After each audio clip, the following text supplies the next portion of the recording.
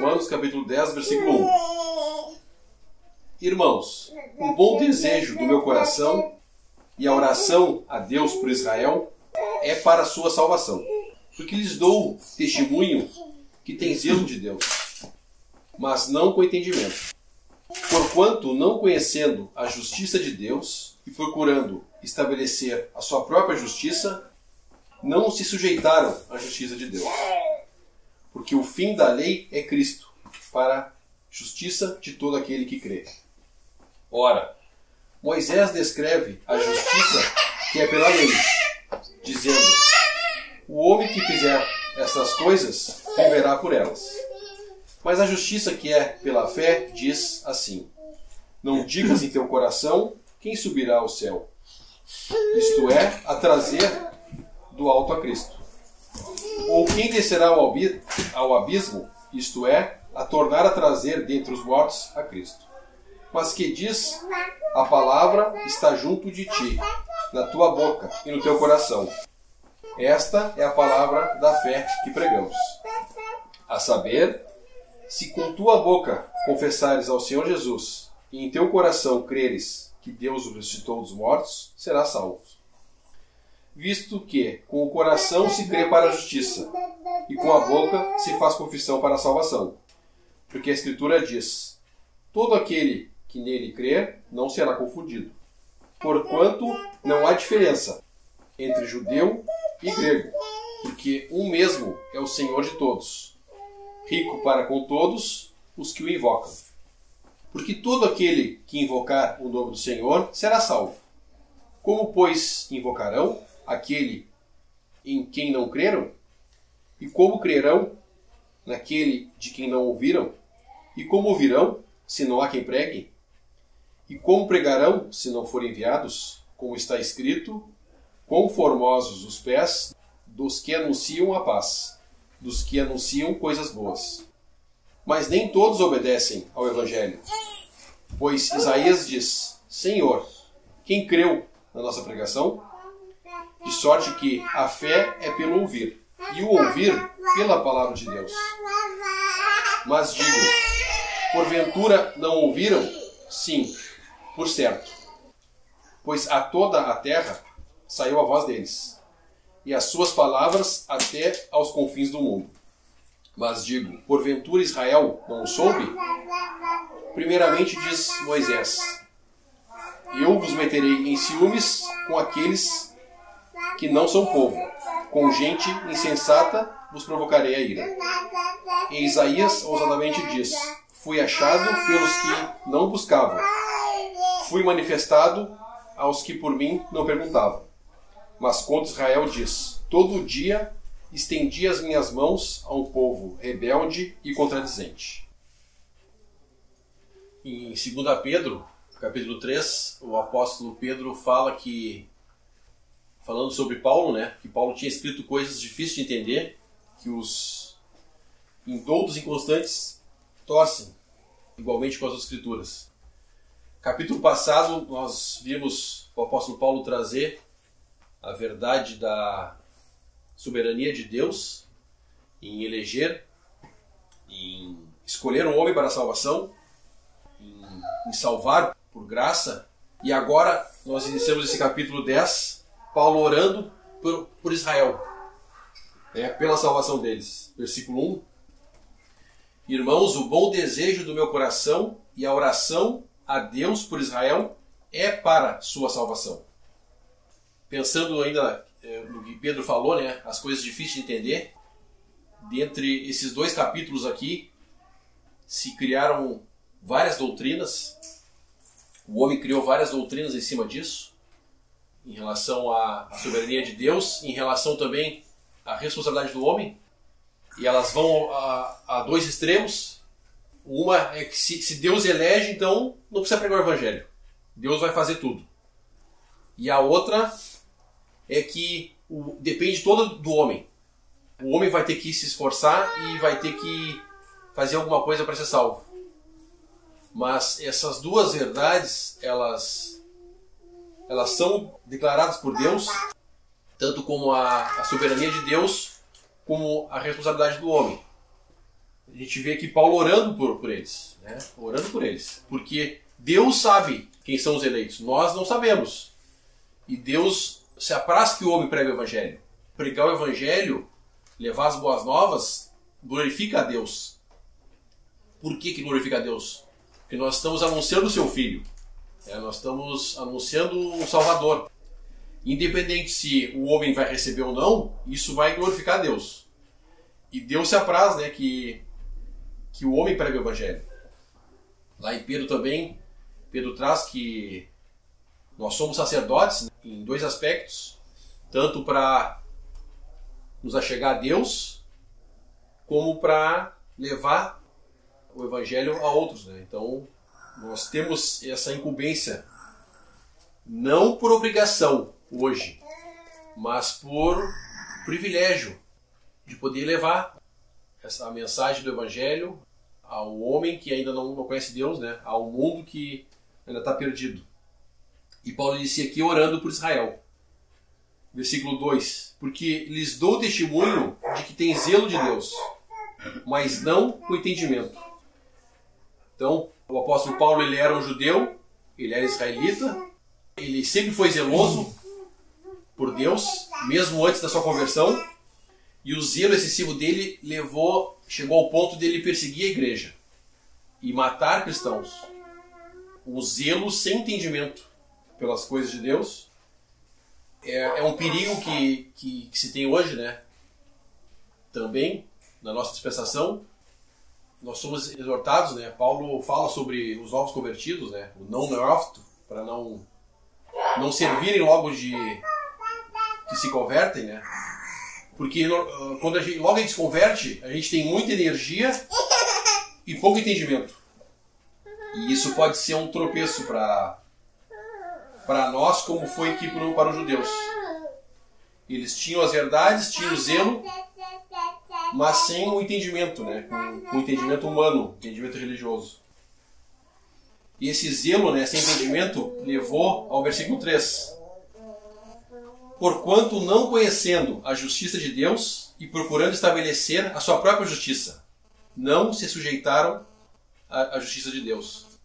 Então, o zelo excessivo com a falta de entendimento levaram eles a negar, né, o seu próprio Messias, o próprio Salvador, que foi enviado por Deus a eles. Por quê?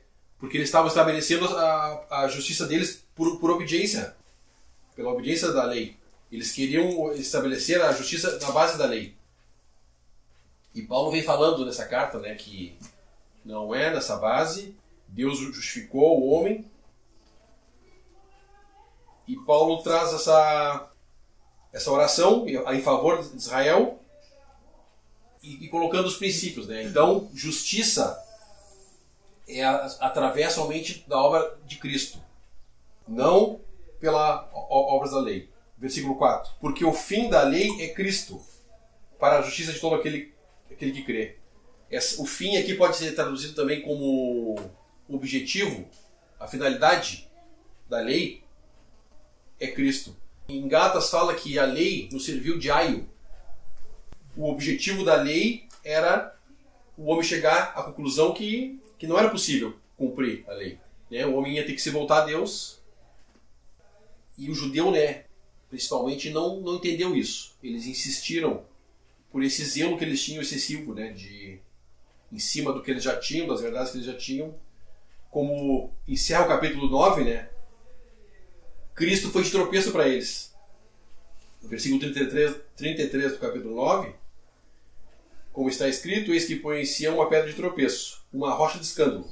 A todo aquele que crer não será confundido. O que era para ser salvação deles foi tropeço para os judeus. Paulo vai citar, né, a justiça que era da lei, no versículo 5, citando o Velho Testamento. Ora, Moisés descreve a justiça que é pela lei, dizendo: o homem que fizer essas coisas viverá por elas. O homem que fizer, colocando a responsabilidade no homem. A lei colocava a responsabilidade no homem. O Evangelho, a graça de Deus, coloca a responsabilidade toda em Deus e na obra que ele consumou, não no homem. Versículo 6. Mas a justiça que é pela graça diz assim: não digas em teu coração quem subirá ao céu, isto é, a trazer do alto a Cristo, ou quem descerá ao abismo, isto é, a tornar a trazer dentre os mortos a Cristo.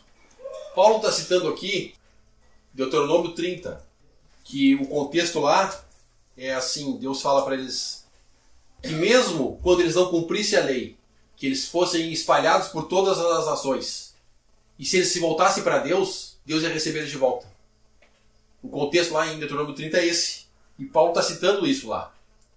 Que mesmo quando eles não cumprissem a lei dada por Deus, Deus ainda estaria, aguardando que eles se voltassem para Deus. E se eles se voltassem, eles seriam restaurados.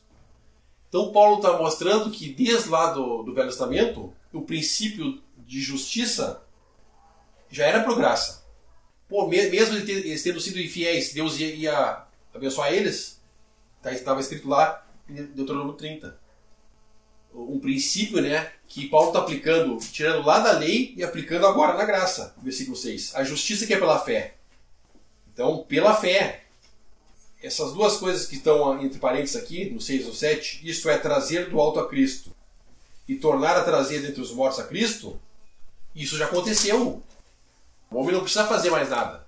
Deus já executou essas coisas.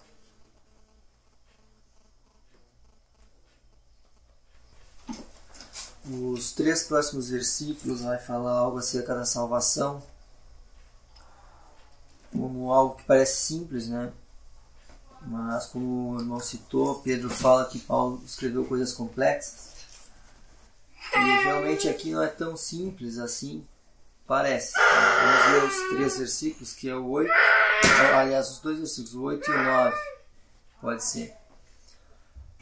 Mas que diz: a palavra está junto de ti na tua boca e no teu coração. Esta é a palavra da fé que pregamos. A saber, se com tua boca confessares ao Senhor Jesus e em teu coração creres que Deus o ressuscitou dos mortos, serás salvo. Parece algo bem simples de se entender, confessar e crer. Porque na simplicidade de confessar, na simplicidade da palavra crer, a gente pode dizer, chegar a qualquer pessoa e perguntar assim: confessa a Cristo. Ela diz: Cristo realmente é Salvador. E tu crê que ele é Filho de Deus, que ele ressuscitou? Creio. Então é muito simples para uma pessoa responder uma pergunta assim. Porém, aqui é um pouco mais profundo do que simplesmente responder, pois confissão. A palavra confissão está ligada diretamente à plena verdade. Assim como um réu. Ele é acusado, vai a juízo, e ele pode ser um réu confesso. Ele confessa o que aconteceu. Então presume-se que seja verdade. Porque a partir de uma confissão, abre-se um inquérito e tudo mais. Ou uma pessoa tem algo omitido na sua vida e há uma percepção de que algo é de tal maneira e vem uma confissão que traz à tona o que realmente é. Então aqui o confessares não é simplesmente dizer que Jesus é Senhor ou que Jesus é Salvador, como muitos costumam dizer, que tem esses 2 caráteres, Salvador e Senhor. Jesus é Salvador? Sim. Através da fé ele salva todo o que crê. Então tem o caráter de Senhor. Senhor Jesus, que no caráter de Senhor é que ele é Senhor de tudo. A gente está colocando a Cristo ao lado de Deus com toda a autoridade de Senhor, digno de respeito, digno de adoração, digno de glória. O caráter de Senhor ele é superior. Então aqui a confissão está ligada diretamente a essa verdade interior de confessar que Ele é Senhor, dizer de verdade que Ele é Senhor da tua vida. Então esse é o caráter do confessar, e não simplesmente dizer. A diferença do confessar para dizer. E o creres que Deus ressuscitou dos mortos também é nesse mesmo caráter. Porque muitos leem a Bíblia e acham simplesmente uma história bonita que o mundo inteiro conhece.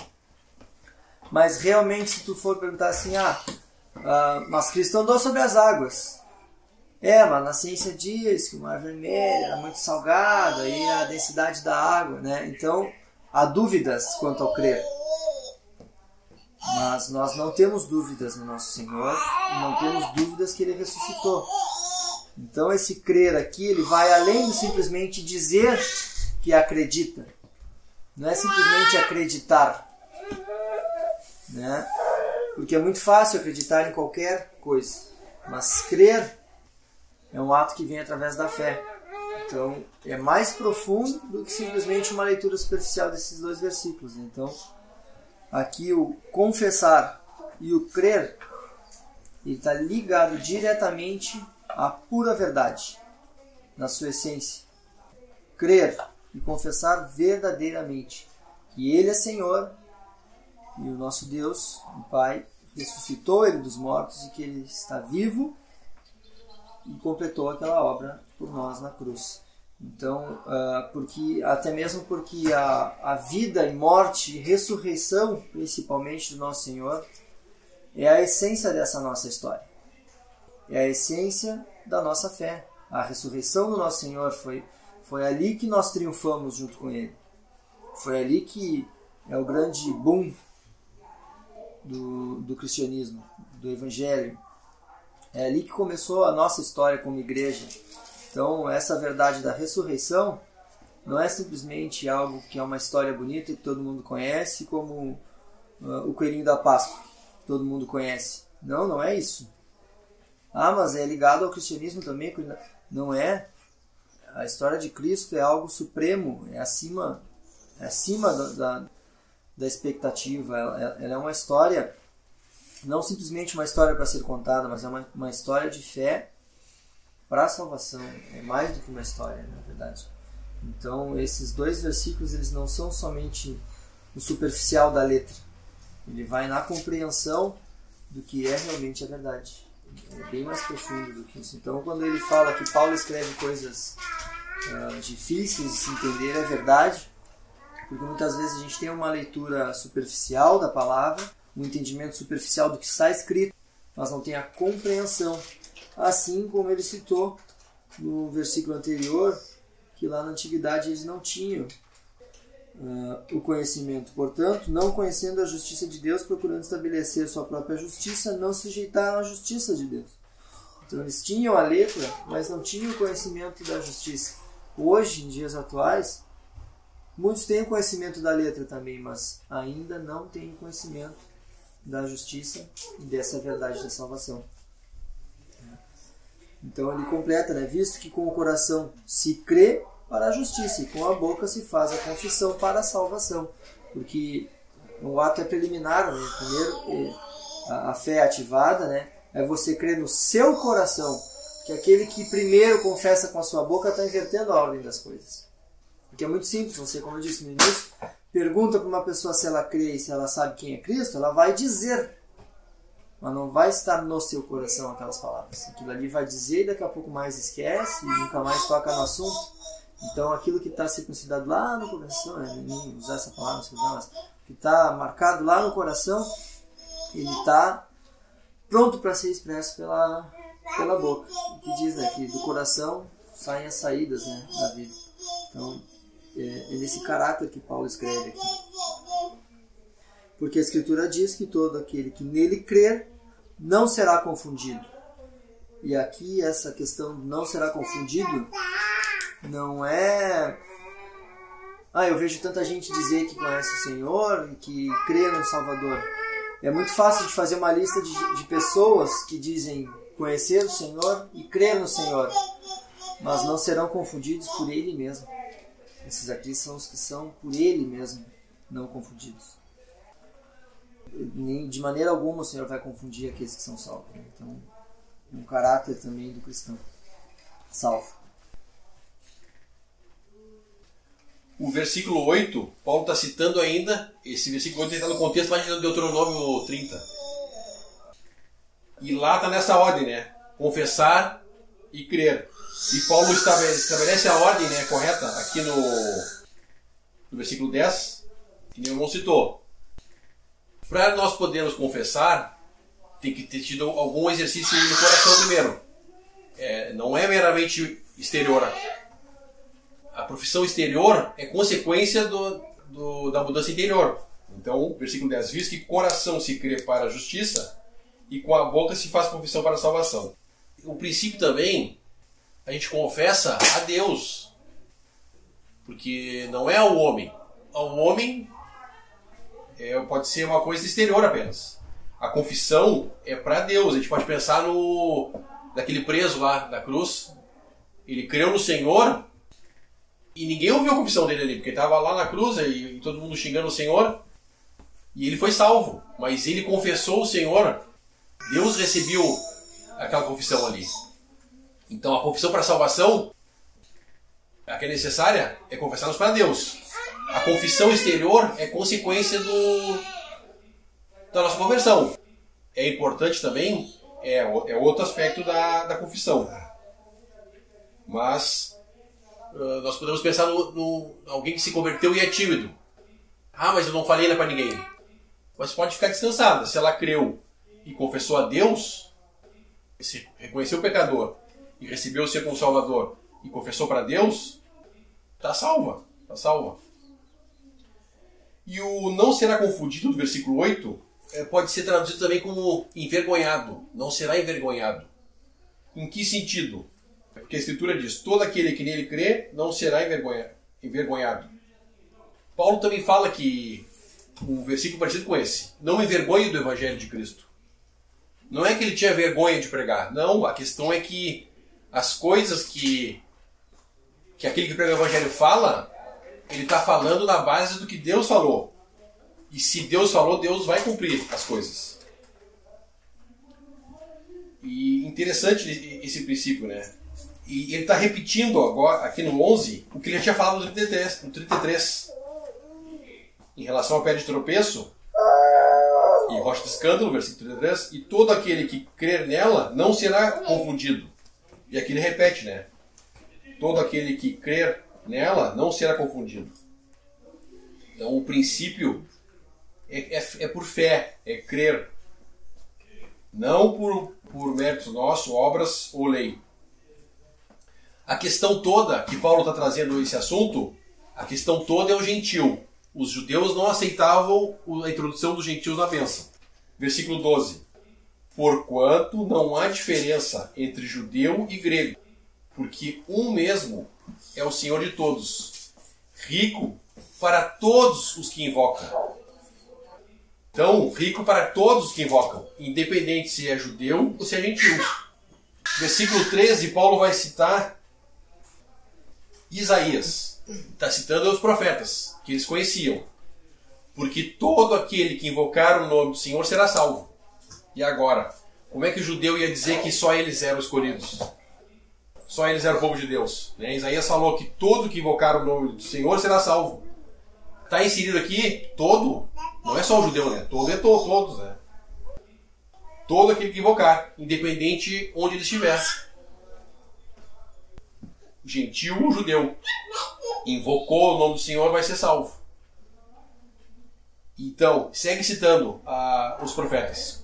Como, pois, invocarão aquele em quem não creram?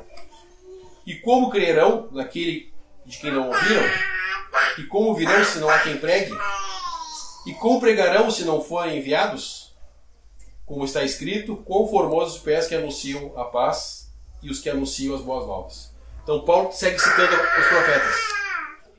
Os profetas que escreveram, né, no Velho Testamento já tinham dito que o Evangelho ia alcançar, era necessário ser pregado aos gentios para conhecerem, né? Como, pois, invocarão aquele que não creram? E como crerão aquele que não ouviram?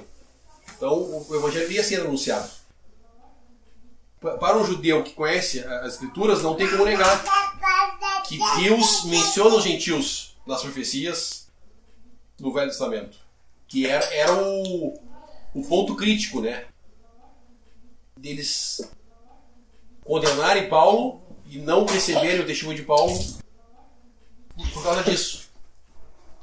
Que eles não aceitavam a introdução dos gentios nas bênçãos. 16. Mas nem todos obedecem ao Evangelho. Pois em Isaías diz: Senhor, quem creu nossa pregação? Então, estava previsto que o Evangelho não ia ser crido por todos. Nem todos obedecem ao Evangelho. O exemplo mais claro disso, os judeus. Rejeitaram.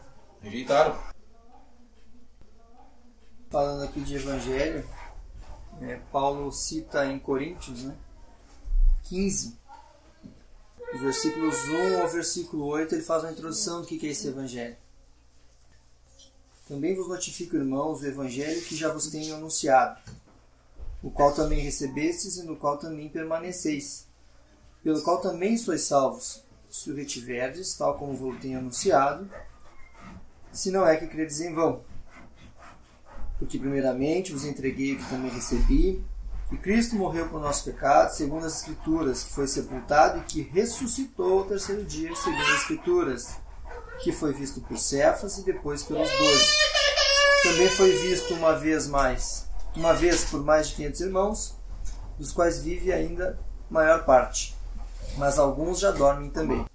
Depois foi visto por Tiago, depois por todos os apóstolos, e por derradeiro de todos me apareceu também a mim, como um abortivo.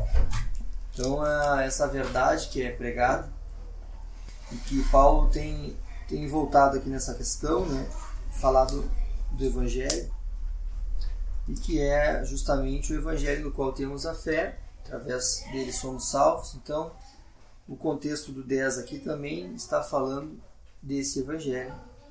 E a questão da ressurreição, como já havíamos falado nos versículos anteriores ali, é a questão do Evangelho que está sendo anunciado, que é justamente o que Paulo falou. E aí ele tem o versículo 17, que fala: de sorte que a fé é pelo ouvir, e o ouvir pela palavra de Deus. É diretamente ligado nessas duas coisas. O pensamento que ele montava, que às vezes parece que é um versículo simples, Esse versículo 17, ele é mal compreendido. De sorte que a fé é pelo ouvir. E o ouvir pela palavra de Deus. Então, a segunda parte do versículo fala que o ouvir é pela palavra de Deus. Então, em contato com a palavra de Deus, pensando no Evangelho também, ela nos dá a capacidade de ouvir e, consequentemente, quando a gente ouve a palavra, a fé. De sorte que a fé é pelo ouvir. E o ouvir pela palavra de Deus. Eu pensava também que a fé é gerada pela palavra de Deus, mas é consequência do ouvir. O Bruce comenta que as nossas faculdades espirituais são despertadas pela palavra de Deus, que é a capacidade de ouvir. Ouvir as coisas que são espirituais. E aí poder acreditar nessas coisas e ter fé. É interessante esse versículo. 18. Mas digo, porventura não ouviram? Sim, por certo. Pois por toda a terra saiu a voz deles, e as suas palavras até ao confim do mundo. Mais uma vez, Paulo está citando aqui o Salmo 19. O Salmo 19, interessante, fala da criação. E nós já estudamos essa carta nos primeiros capítulos, que é a criação da testemunha de Deus. Salmo 19, 1. Os céus manifestam a glória de Deus, e o firmamento anuncia a obra das suas mãos. Um dia faz declaração, e outro dia. E uma noite mostra sabedoria a outra noite. Interessante esse princípio aqui. E o que Paulo está... O pensamento de Paulo aqui. O Evangelho foi pregado ao gentil também pela criação. O Salmo 19 anuncia isso. Mas digo porventura, Israel não soube, e primeiramente, diz Moisés, eu vos meterei em ciúmes com aqueles que não são povo, com gente insensata vos provocarei ira. Conectando com esse versículo aqui, Paulo cita Moisés falando diretamente dos gentios. E eu vos meterei em ciúmes com aqueles que não são povo. Se o povo de Deus era os judeus, agora está falando dos gentios. Com gente insensata vos provocarei a ira. Então foi consequência, né, da rejeição da verdade. 20. Isaías ousadamente diz, aqui declara, né, a introdução dos gentios claramente: fui achado pelos que não buscavam, e fui manifestado aos que por mim não perguntavam. Mas quando Israel diz, todo dia estendi as minhas mãos a um povo rebelde e contradizente. Isaías fala claramente na introdução da bênção aos gentios e a rejeição do povo de Israel a Deus. 21. Mas quando Israel diz, todo dia estendi as minhas mãos a um povo rebelde e contradizente. Não tinha como o judeu negar, né, essas verdades que Paulo traz. Os gentios vão ser introduzidos, pensando no versículo 12. Portanto, não há diferença entre judeu e grego. A diferença que existia eram os privilégios em relação à verdade. Isso sim tinha diferença. Mas em relação ao evangelho ser anunciado e Deus aceitar, judeu ou gentil, não há diferença nisso. Portanto, não há diferença entre judeu e grego, porque um mesmo é o Senhor de todos, rico para com todos, os que o invocam. Então agora não vai depender mais de obediência ou de obras. Vai depender daqueles que se voltam para Deus. Invocar a Deus, que é a consequência do crer, né? Como o irmão tinha explicado. Voltando lá no versículo 14. Como, pois, invocarão aquele em quem não creram? E como crerão naquele de quem não ouviram? E como ouvirão se não há quem pregue? E como pregarão se não forem enviados? Como está escrito, quão formosos os pés dos que anunciam a paz, dos que anunciam coisas boas. Pensando nesses que pregam o evangelho, o privilégio que é, um privilégio dado primeiramente, né, aos judeus, e agora na nossa dispensação temos esse privilégio também de anunciar esse evangelho, essa mensagem de amor, e como fala no 15, quão formosos os pés, né, dos que anunciam a paz, dos que anunciam coisas boas. Essa é uma visão de Deus, né? Deus enxerga assim. Deus se apraz que a gente pregue o evangelho, anuncie o evangelho. Independente, Paulo aqui está insistindo, né, pelos judeus que eram rebeldes, rejeitavam a verdade, mas Paulo aqui está sempre orando por eles. É o pensamento, e deveria ser o pensamento e o exercício, né, do evangelista, e até aqueles que não têm o dom, né, é um privilégio, como eu citei, como Pedro fala, que nosso sacerdócio, de todos os crentes, somos sacerdotes, anunciar as grandezas de Deus, é um privilégio que nós temos hoje de pregar esse evangelho, anunciar, independentemente de se o homem vai receber ou não vai receber, crendo, né, e descansando no versículo 17. De sorte que a fé é pelo ouvir e ouvir a palavra de Deus. Quando nós estamos falando a palavra de Deus, foi lançada a semente, como pensando na parábola do semeador, né? Lança a semente. Até o irmão traz o pensamento, quando comenta esse versículo, que às vezes a gente dá o folheto para a pessoa, e a pessoa pega e joga no chão ou larga, e a gente vai lá pegar aquele folheto. O irmão comenta, ó, não pega o folheto de volta. Tu lançou a semente e deixa. Deus vai prover que ele vai parar na mão de quem ele queira. Então é interessante, né, nós descansarmos na palavra de Deus, que é o poder de Deus, né, para todo aquele que crê. E anunciar o evangelho, hoje é dado muita ênfase a números, né? Quantos convertidos? Não, Deus não pede para a gente dar ênfase a números. Deus pede para a gente anunciar o evangelho. A palavra de Deus não vai voltar vazia. Ela vai cumprir, como fala no 28, do capítulo 9, que o Senhor executará a sua palavra sobre a terra, contemplando-a e abreviando-a. Nós falando a palavra de Deus, ela vai se cumprir. Naqueles que creem e recebem, como naqueles que não creem e rejeitam o evangelho.